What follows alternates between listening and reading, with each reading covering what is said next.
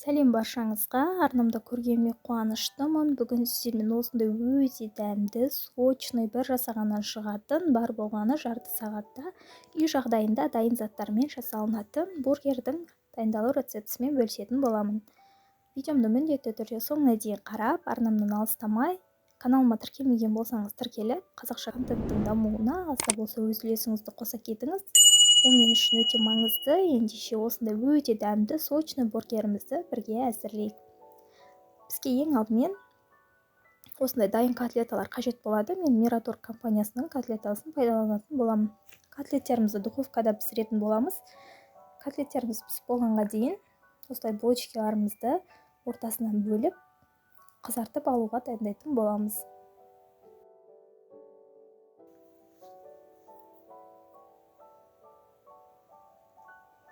Бұл рецепт асығыс кезде өте жақсы рецепттердің бірі.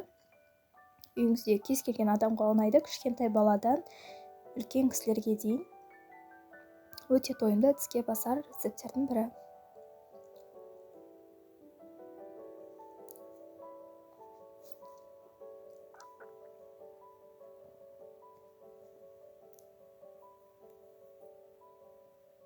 Барлық булочкаларымызды бөліп алдық. Енді пешімізге салып қызартып алатын боламыз.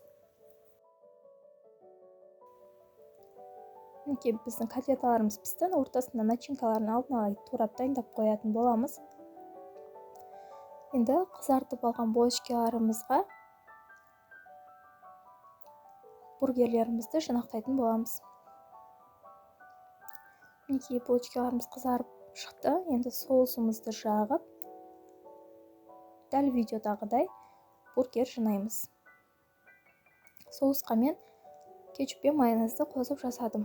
Сіздер өз қалауларыңызша кез келген басқа соус түрлерін пайдалансаңыздар да болады. Ең алдымен айсбергімізді, содан соң қиярымызды, оның үстіне қызанағымызды және де котлетамызды, қысып тұрған котлетаның үстінен сырымызды саламыз.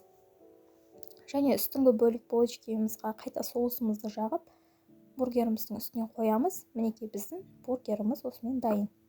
Қалған бургерлерімізді де дәл осы этап бойынша жинақтап шығатын боламыз.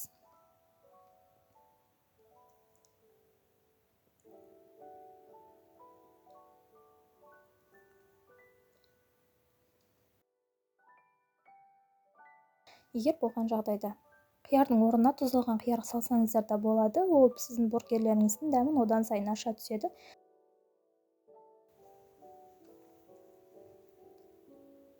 Рецептінің толық құрамын төменгі описание бөліміне жазып қалдырып кететін боламын. Сол жерден қарап, азайтып немесе көбейтіп жасай берсеңіздер болады. Мендегі рецепт 8 адамға арналған. Мінекей дәл осылай жинақтап шығатын боламыз. Қалған бургерлерімізді де көріп тұрғандарыңыздай мінекей біздің бургерлеріміз дайын болды. Өте көрінісі де әдемі, сочный болып тұр, аппетитный. Міндетті түрде жасап көріңіздер. Отбасыңыздың барлық мүшесіне ұнайды деген ойдамын.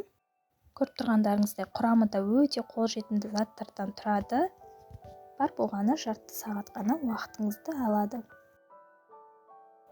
Достар, видеомды соңына дейін көргендеріңіз үшін рахмет. Сіздермен болған Ариана. Видеом ұнаса міндетті түрде лайк басып, комментарий қалдырып, және де арнамда жаңа көрермен болсаңыз тіркеліп, жанында тұрған қоңыраушаның белгісін басып қоюды ұмытпаңыз.